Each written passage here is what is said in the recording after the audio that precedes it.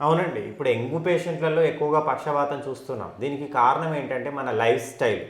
అంటే ఒకప్పటితో పోల్చితే మన శారీరక శ్రమ తగ్గిపోయింది. సెడెంటరీ లైఫ్ స్టైల్ ఎక్కువైపోయింది. అంటే అదేవిధంగా బీపీ, షుగర్, కొలెస్ట్రాల్ అనేవి యంగ్ ఏజ్‌లో ఎక్కువగా వస్తున్నాయి. అంటే ఒకప్పుడు బీపీ అనేది 60-70 ఏళ్ళకి వచ్చేది. ఇప్పుడు 30-35 ఏళ్ళకే వస్తున్నాయి. దీనికి కారణాలు చాలా. మనం తీసుకునే ఆహారం కావచ్చు, మన లైఫ్ స్టైలు, స్ట్రెస్, సరైన వ్యాయామం లేకపోవడం, జంక్ ఫుడ్స్ ఎక్కువగా తీసుకోవడం, packaged foods, fried foods, koalas, smoking, excessive alcohol, వీటి వల్ల మన రక్తనాళాలు తొందరగా పాడైపోయి రక్తనాళాల లోపల రక్తం తొందరగా గడ్డగట్టి పక్షవాతాలు వస్తున్నాయి.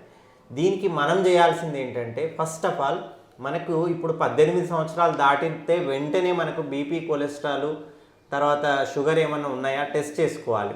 చాలామంది అంటారు ఇంత చిన్న వయసులో మేము ఎందుకు టెస్ట్ చేసుకోవాలి అని. టెస్ట్ చేయకుండా తెలియదు, దీనికి వేరే మార్గం లేదు. ఇప్పుడు నాకు కొలెస్ట్రాల్ ఎంత ఉందో నేను టెస్ట్ చేయకుండా తెలియదు. ఇప్పుడు మొన్న ఒక పేషెంట్ వచ్చాడు, టెస్ట్ చేస్తే ఆయన కొలెస్ట్రాల్ 500 ఉంది, 36 సంవత్సరాలు. ఆయన ట్రైగ్లిజరైడ్స్ 1800 ఉన్నాయి.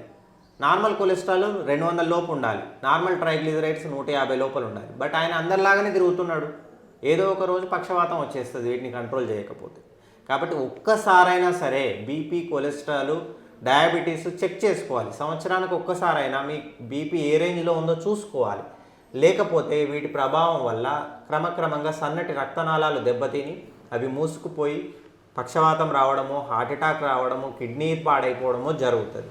కాబట్టి లైఫ్ స్టైల్ ఇంపార్టెంట్. అదేవిధంగా మన రిస్క్ ఫ్యాక్టర్స్ ఎంత తొందరగా డెవలప్ అవుతున్నాయా లేదా చూసుకోవాలి.